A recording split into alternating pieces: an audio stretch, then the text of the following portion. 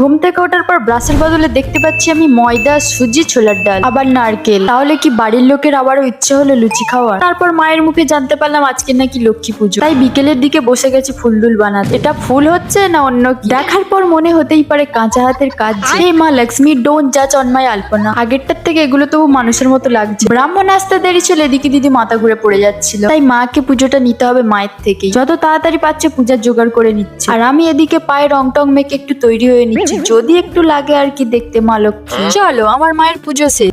জ্যোতির্বেতা ডাকি ভাগ্য গণনা করিল, জগৎ বলিয়া তা নাম তখন রাখিল। পঞ্চম বৎসরে শিশু গৃহে যায়, মূর্তিমান হইল। পড়তে পড়তে এরকম আটকানোর পিছনে একটা কারণ আছে। আমাদের দুজনেরই ভিটামিন এর অভাব আছে। আমরা দুজনেই চশমা ছাড়া দেখতে পাই না। সব শেষ, চলো নাড়ু খাই।